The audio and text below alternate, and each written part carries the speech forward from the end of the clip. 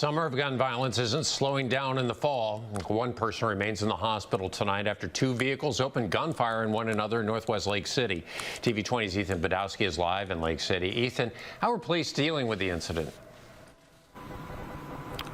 Well, Dave, police are still searching for suspects and the vehicles that were involved in last night's shooting. The shooting injured 5 people and occurred at the intersection of Northwest Dixie Avenue and Wright Lane in Lake City. Police say it occurred after a verbal altercation between two groups of people in 2 cars. The people involved in the shooting were wearing ski masks, and thus police have been unable to identify any subjects. The Lake City police chief said an uptick in violence is not uncommon at this time of year.